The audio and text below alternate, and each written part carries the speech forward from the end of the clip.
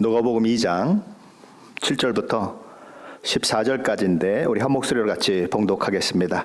처자들을 낳아 강보로 싸서 구유에 뉘었으니 이는 여관에 있을 곳이 없음이러라. 그 지역의 목자들이 밤에 밖에서 자기 양떼를 지키더니 주의 사자가 곁에 서고 주의 영광이 그들을 두루 비추매 크게 무서워하는지라. 전사가 이르되 무서워하지 말라. 보라, 내가 온 백성에게 미칠 큰 기쁨의 좋은 소식을 너희에게 전하노라. 오늘 다윗의 동네에 너희를 위하여 구주가 나셨으니 곧 그리스도 주시니라. 너희가 가서 강보에 쌓여 구유에 뉘어 있는 아기를 보리니 이것이 너희에게 표적이니라 하더니 호련히 수많은 천군이 그 천사와 함께 하나님을 찬송하여 이르되 지극히 높은 곳에서는 하나님께 영광이요 땅에서는 하나님이 기뻐하시는 사람들 중에 평화로다 하니라. 아멘. 매년 성탄절 시즌이 되면 빈방 있습니까? 라는 성탄극이 무대에 올려지곤 합니다. 지금도 여러 교회에서 이 성탄극이 이렇게 올려져 있는 것들을 유튜브를 보면 확인하게 되죠. 이 성탄극은 어느 교회 고등부에서 이렇게 있었던 그런 극이라고 이야기가 되고 있습니다. 성탄을 준비하는 과정 가운데서 일어난 해프닝이 있는데 그 해프닝이 오히려 하나님을 귀히 높여드리는 그런 일들이 있어서 많이 화제되었던 그런 극인 것입니다. 고등부에서 성탄극을 지휘했던 그런 선생님은 지적 장애를 가진 덕구라고 하는 그 학생을 그렇게 이제 자신감과 또 성취감을 심어주기 위해서 그로 하여금 여관 주인 역할을 하게 했습니다. 여관 주인이 되었다고 하는 것은 말이 가장 작은, 대사가 가장 작은 것을 그에게 맡기려고 했던 것이죠. 하지만 그가 지적 장애를 앓고 있다고 하는 것을 안 친구들은 결사반대인 것입니다. 선생님, 우리 덕구가 우리와 같이 연극을 하게 되면 분명히 연극을 망치게 될 텐데, 아니 선생님 생각을 한번 해보십시오. 아니 그 덕구를 우리하고 같이 연극을 하게 하면 어떻게 합니까? 근데 선생님이 참 많이 설득을 했어요. 그래서 밀고 당기는 주다리기 끝에 고등부 아이들이 설득을 당하게 되고 결국 이제 덕구가 연습에 참여하게 됩니다. 그가 해야 하는 메인 대사는 빈방 없습니다 라는 그런 대사였고, 방이 다 차서 내어줄 방이 없다고 하는 것을 설명하는 것이 그가 하는 그런 대사의 전부였습니다. 하지만 그 짧은 대사였지만 그는 정말 피눈물 나는 그런 연습을 거듭해야만 했었죠. 그래서 결국 이 완벽하게 구현할 수 있을 만큼 그런 이제 연습이 되었던 거죠. 그래서 드디어 성탄절 극이 이제 저와 여러분이 이렇게 모여 있는 것처럼 이제 이 성탄절에 그 극이 올려지게 되는 것입니다.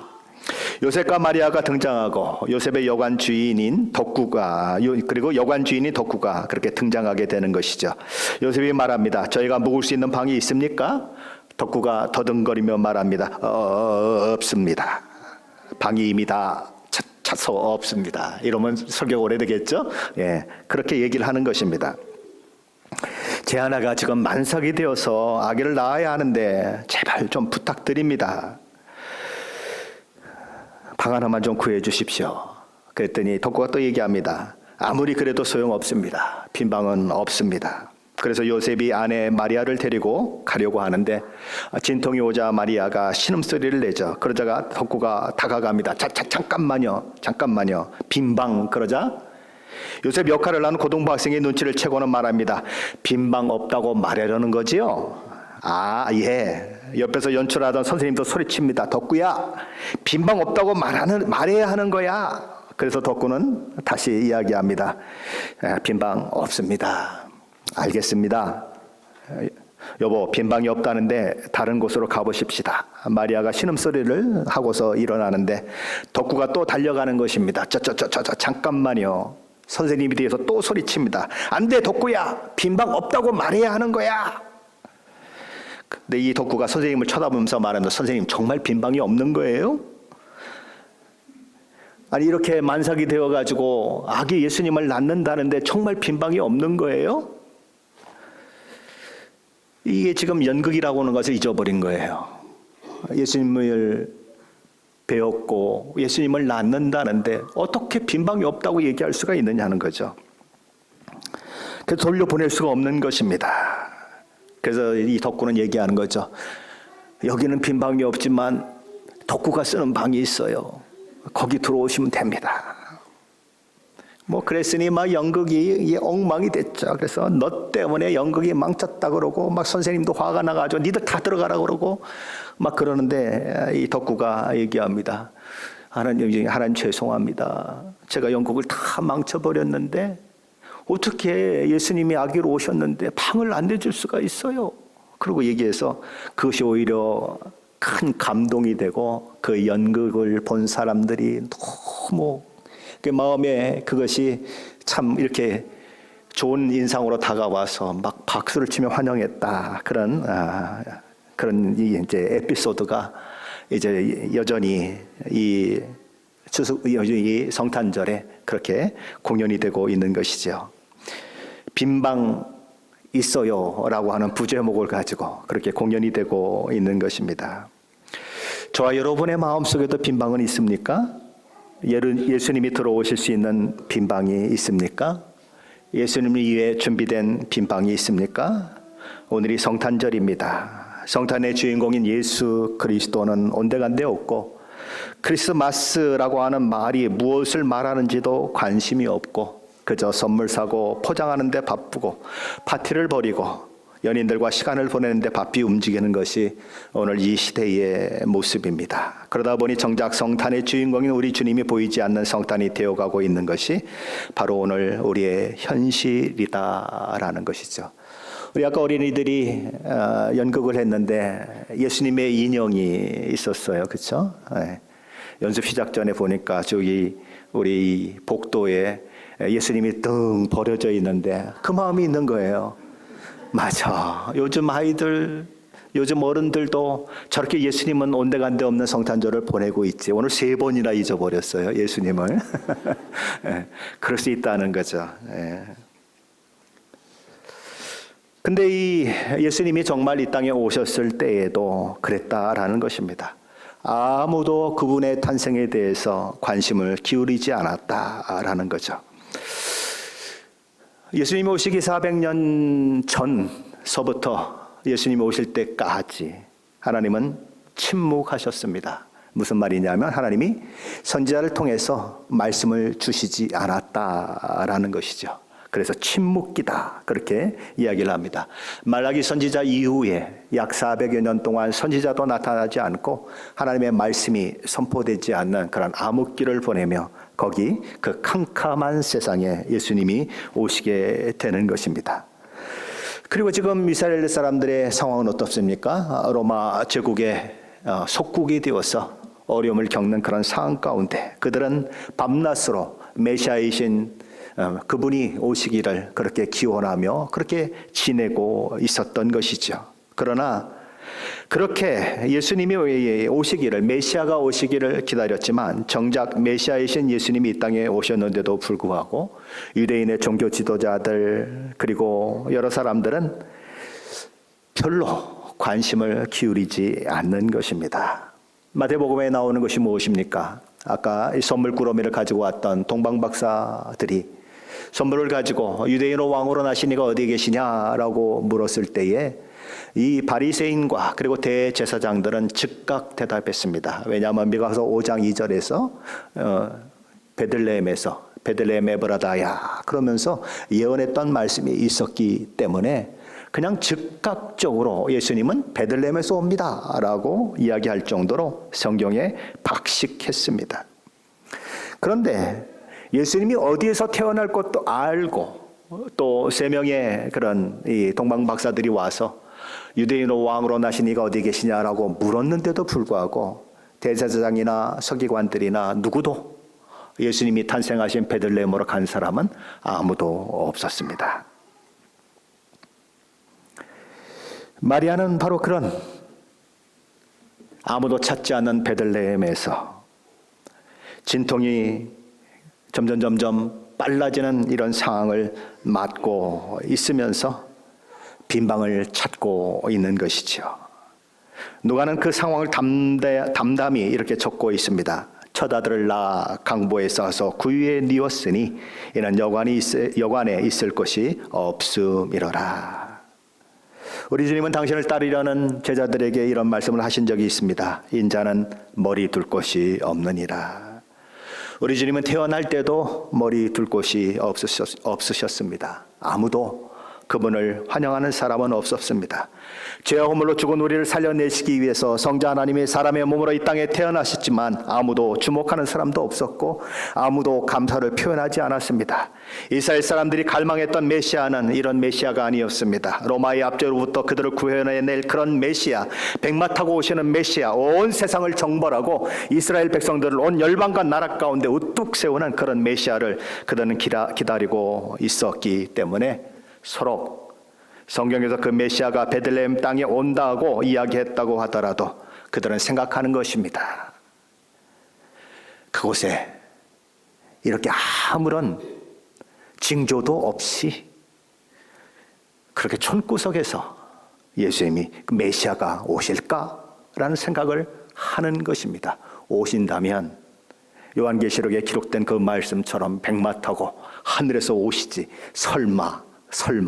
설마 이렇게 얘기가 되는 것이죠. 아기로 올까? 그런 생각을 하는 것입니다. 그래서 아기로 오시는 예수님을 주목하지 않는 것입니다. 그렇게 온 세상의 무관심 속에 우리 주님은 마리아의 첫 아들로 태어났고 강보에 쌓인 채 가축의 밥그릇인 그 위에 누워 계시게 된 것이죠. 그런 성자 하나님을 세상에 보내신 우리 하나님의 마음은 어떠셨을까요? 아마 많이 착잡하셨을 것입니다. 누구를 위해서 아들을 보내고 있습니까? 우리 인간들을 위해서. 하나님은 당신의 아들 예수 그리스도를 이 땅에 보내셨지만 정작 그 혜택을 몽땅 다 누릴 사람들은 아무런 관심이 없는 것입니다. 아무도 주목하지 않는 것입니다. 방조차 없어서, 그래서 헛간에서 그렇게 그 위에 누워져 있는 아들의 모습을 보면서 하나님은 다른 방법으로 아들을 축하하기로 그렇게 마음을 먹으시는 것이죠. 그래서 그 밤에 깨어있는 자들을 보니까 양치는 목자들이었습니다. 그들은 한밤중에 양들을 치고 있었습니다. 한밤중에 그들이 양들을 치고 있다고 하는 것이 무슨 말입니까? 그들에게는 양의 우리가 없다라는 거죠. 밤이면 양의 우리에 집어넣고 쉬어야 하는데 그럴 만한 형편이 안 된다라는 것입니다. 그래서 돌멩이를 쭉 해서 담처럼 만들어 놓고 이렇게 했다고 그래요. 돌처럼 담요를 만들어 놓고 그 입구가 있지 않습니까? 입구에 이 목자가 누워 있는 겁니다. 어떻게 한다고요? 돌로 딱 담을 쳐놓고 입구에 목자가 딱 누워 있는 겁니다. 예수님이 뭐라고 말씀하셨죠? 나는 양의 문이다. 누구든지 나를 통하여 들어가지 않으면 안 된다고 말씀하셨는데 바로 그 말씀을 얘기하고 있는 거예요. 거기서 목자가 문 역할을 하는 거예요. 딱 누워있으면 문이 닫힌 거고 일어서면 문이 열린 겁니다.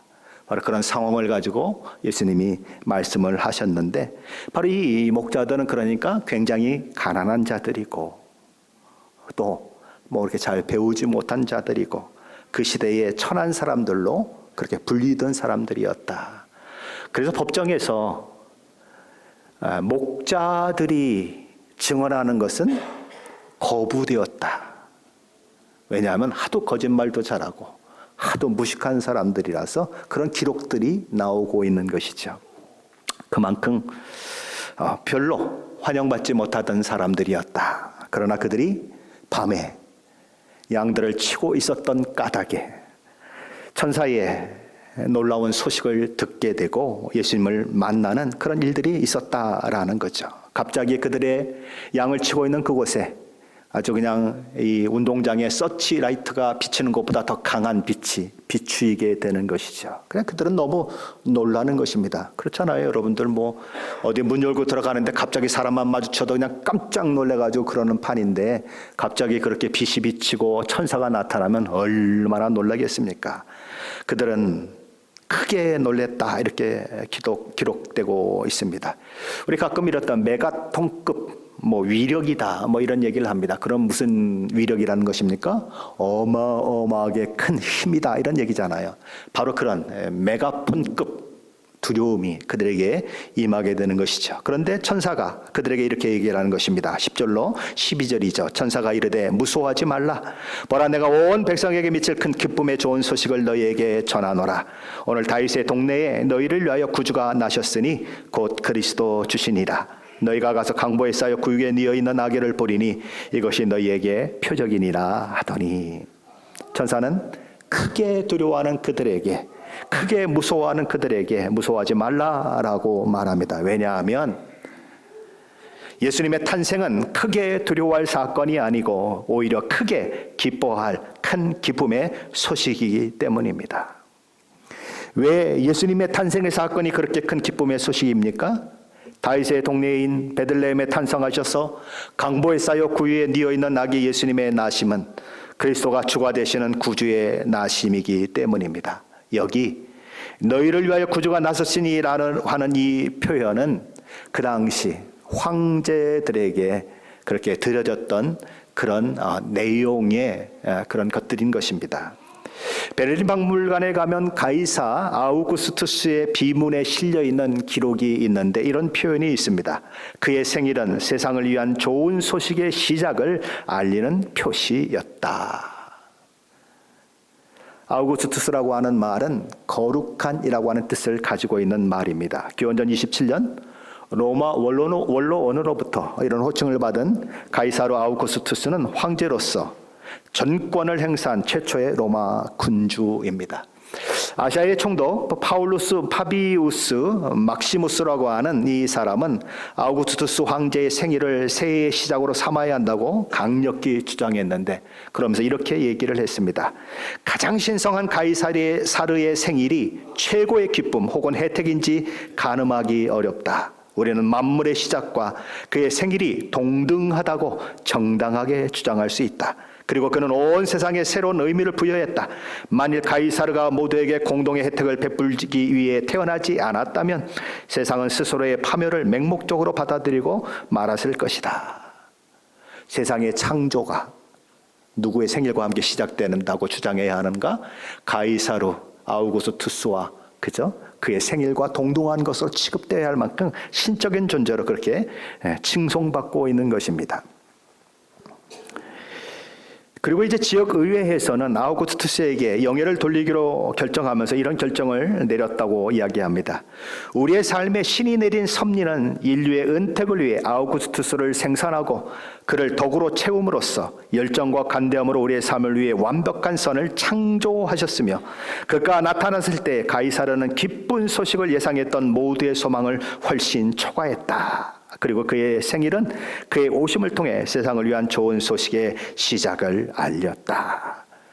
가이사르의 탄생은 기쁜 소식이었고 그것은 우리의 기대를 뛰어넘을 만큼 엄청난 것이었다. 그렇게 얘기를 하는 것입니다. 세상을 위한 좋은 소식이었다. 세상 역사는 그렇게 한 왕을 향하여 찬사를 던지고 있지만 오늘 성경은 이야기하는 것입니다. 오늘 다윗의 동네에 너희를 위하여 구주가 나셨으니 그리스도 주시니라. 이것은 온 백성에게 미칠 큰 기쁨의 좋은 소식입니다.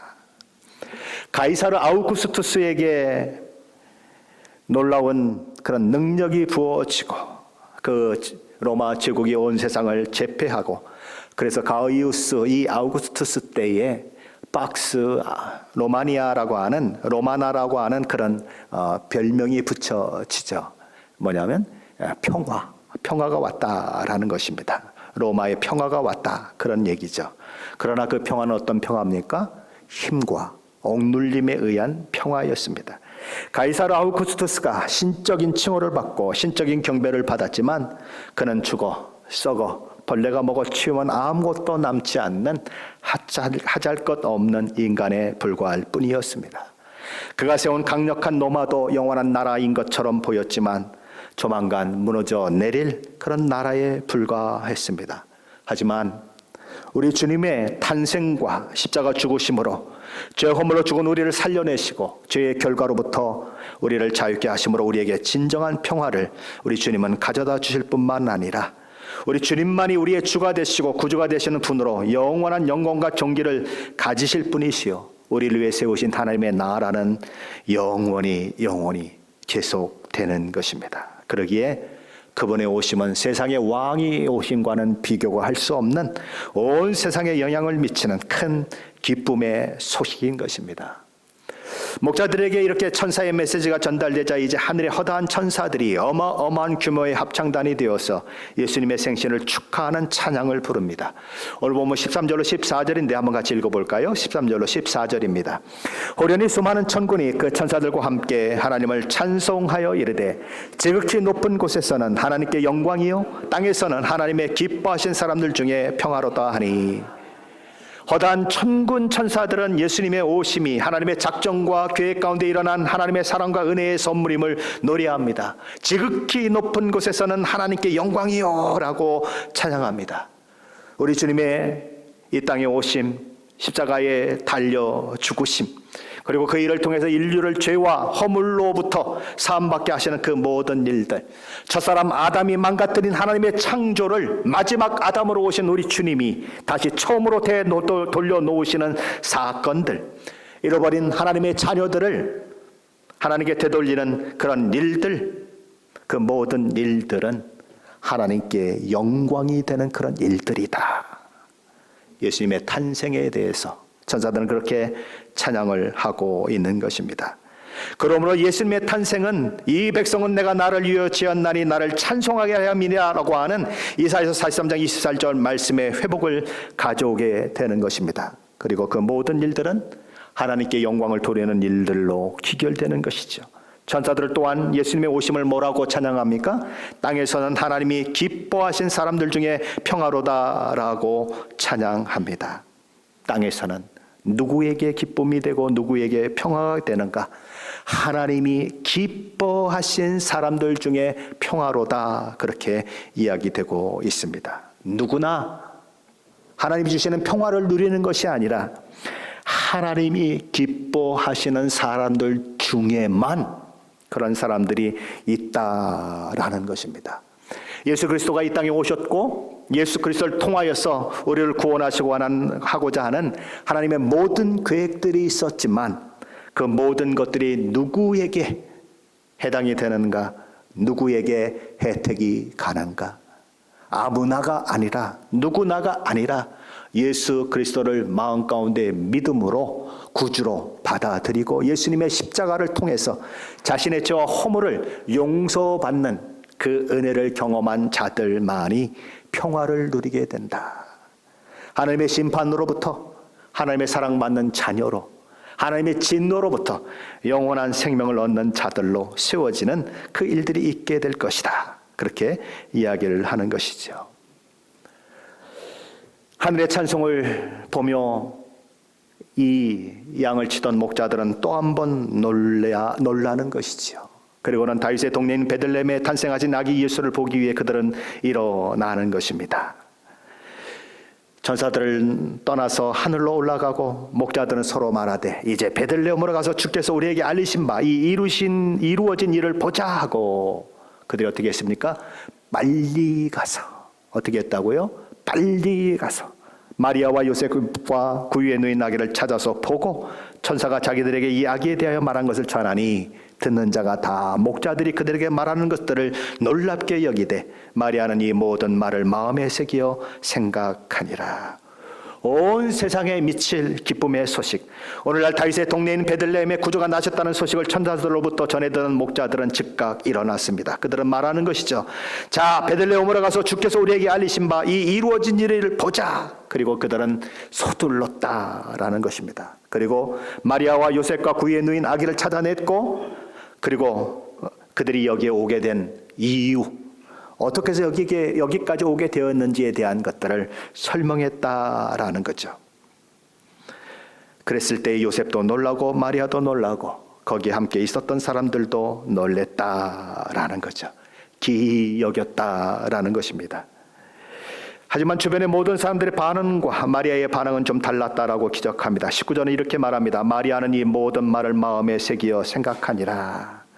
마음에 새겼다는 말은 마음속에 깊이 보존했다는 말입니다. 마음에 생각했다는 말은 마음과 결합하게 만들었다라는 것입니다. 이 땅에 성자 하나님이 오시게 하신 분도 하나님이십니다.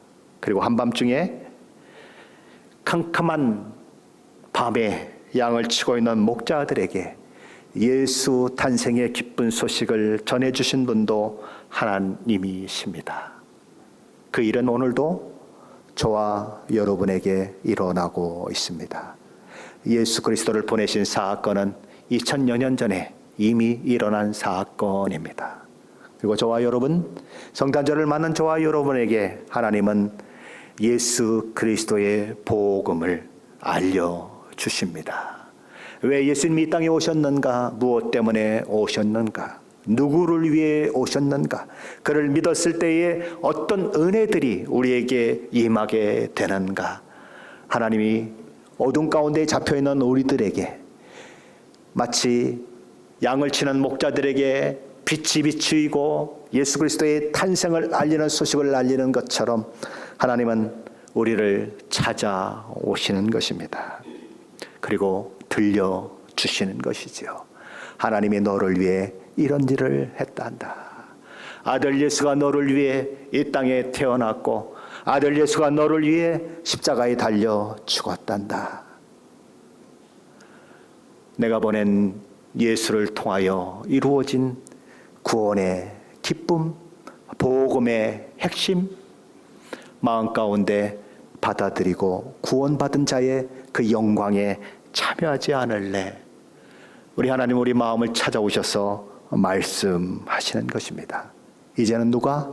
우리가 반응해야 할 때입니다. 목자들이 한밤중에 놀라고 또 소식을 들었지만 망설이지 않고 빨리 일어나 아기 예수가 나신 곳을 향하여 달려나아가 그분을 경배했던 것처럼 이제는 우리가 예수 그리스도 그분을 보내시고 그분을 십자가에 죽게 하시고 우리 마음 가운데 복음을 들려주시는 그 하나님 앞에서 우리가 반응해야 하는 것입니다. 어떻게 반응합니까? 빨리 반응해야 하는 것입니다. 시간이 그리 많지 않습니다. 여러분이 지나온 세월을 한번 생각해 보십시오. 얼마나 빨리 지나왔습니까? 여러분의 남은 세월은 아주 느릿하게 갈 것 같습니까? 여러분이 하나님의 부르심을 받는 그 시간은 아주 길게 있다가 올 것 같습니까? 아니요. 순간적으로 올 것입니다.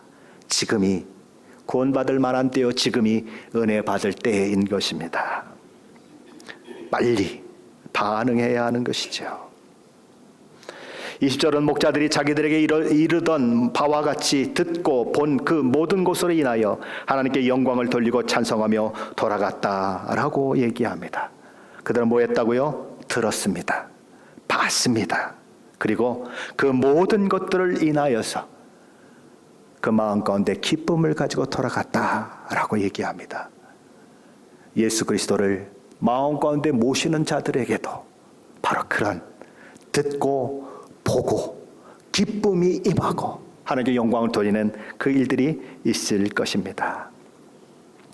첫 번째 성탄절에 목자들을 찾아와 부르시고 베들레헴에서 나셔서 구유에 누이신 예수님을 찾아가 경배하셨던 우리 주님은 오늘도 해마다 반복되는 성탄절을 우리를 위해 이 땅에 오신 예수 그리스도를 참으로 경배하며 찬송하는 자를 찾고 계십니다. 하지만 성탄절을 맞아 하나님을 참으로 경배하며 찬송하는 자는 그리 많지 않습니다. 성탄의 감격과 기쁨을 그 가슴에 안고 하나님이 나 같은 것을 위해서 이 일을 행하셨습니까? 라고 물으며 감동의 눈물을 흘리는 자들은 많지 않은 것입니다. 이유가 무엇입니까? 왜 그런 감동이 없습니까? 어쩌면 예수를 진짜 만난 적이 없기 때문일 겁니다. 정말 예수님을 만났는데도 그런 감격이 없다면 첫사랑을 잃어버렸기 때문일 것입니다. 부부가 처음에는 그냥 그냥 데이트할 때는 죽자 사자 뭐 만나고 뭐 그냥 기쁘고 뭐 2시간이 가도 3시간이 가도 또 만나고 싶고 그런 모습이 있었지만 오랜 부부 생활을 하다 보면 그 첫사랑을 잃어버리는 것처럼 우리도 어쩌면 첫사랑을 잃어버린지도 모르는 것이지요. 여러분의 마음속에는 빈 방이 있으십니까? 예수님을 마음 가운데 모실 그 방이 있으십니까? 많은 사람들이 빈 방이 없다고 얘기합니다. 왜냐하면 내 마음속에 다른 것들로 가득 채워져서 예수님이 들어올 공간이 없어요. 내 방이 비워져야 예수님이 들어오는데 너무 많은 것들로 가득 차서 예수님을 모셔드리기를 거부하는 것입니다. 다 똑똑해요. 덕구하고 연기했던 모든 고등학생들 덕구와는 비교할 수 없을 정도로 똑똑하고 아주 멋진 애들이에요. 연극은 너무너무 잘했지만 덕구가 왜 빛이 나고 있습니까? 그는 정말 연극이라고 하는 것을 잊어버리고 예수님을 향한 귀한 마음이 있었기 때문에 그래요. 정말 빈 방이 없습니까, 선생님? 없으면 내 방이라도 줘야죠. 덕구방이 있어요. 덕구방이. 거기 오세요. 하나님은 그렇게 겸손한 자를 찾아오세요. 그렇게 마음을 비우는 자를 찾아오세요. 그 마음 한가운데 주님 오세요. 주님이 오셔야 나는 죄와 허물로 죽은 그 생명으로부터 진짜 생명을 가진 자로 그렇게 살아날 수 있습니다. 주님이 오셔야 나는 이 죄의 모든 영향력으로부터 벗어날 수 있습니다. 주님이 오셔야 나는 참된 기쁨과 평강을 누릴 수 있습니다. 그러면 겸손히 하나님 앞에 자기 방을 내어주는 자가 바로 예수 그리스도를 마음에 영접하는 자가 그 놀라운 구원의 기쁨과 감격을 누리게 되는 것이지요. 사랑하는 성도 여러분, 여러분의 마음에는 예수 그리스도가 계시십니까? 예수 그리스도가 늘 자정하고 계십니까? 예수 그리스도와 함께 살고 계십니까? 그리고 예수 그리스도를 모신 그 기쁨이 저와 여러분이 누리는 모든 기쁨을 압도하고 있습니까? 저와 여러분이 그렇게 사랑하는 돈보다도 예수님이 내 안에 있다고 하는 것이 더 큰 기쁨이십니까? 회사에서 승진하는 것보다 예수님이 내 마음에 있다고 하는 것이 더 큰 기쁨이십니까? 다른 것을 다 잊어버려도 예수님을 내가 잊어버리지 않는다면 나는 행복한 사람입니다 라고 하는 고백이 저와 여러분 가운데 있으십니까? 그러면 이 성탄절은 아름다운 성탄절이 될 것입니다. 성탄절에 예수님을 잃어버리지 마십시오. 이 성탄절이 어떤 날인지를 기억하시고 예수님을 경배하고 예수님을 사랑하고 예수님을 향해서 사랑의 고백을 드리고 예수님이 하신 일들을 자랑하고 그리고 예수님이 하신 일들을 나누고 그런 일들이 있으셔서 이 성탄에 아기 예수가 우리 가운데 오신 그 일들이 얼마나 복된 일이고 얼마나 귀한 일인지를 아는 자의 아름다운 신앙의 모습이 저와 여러분을 통해서 드러나게 되시기를 예수 그리스도 이름으로 간절히 축원합니다.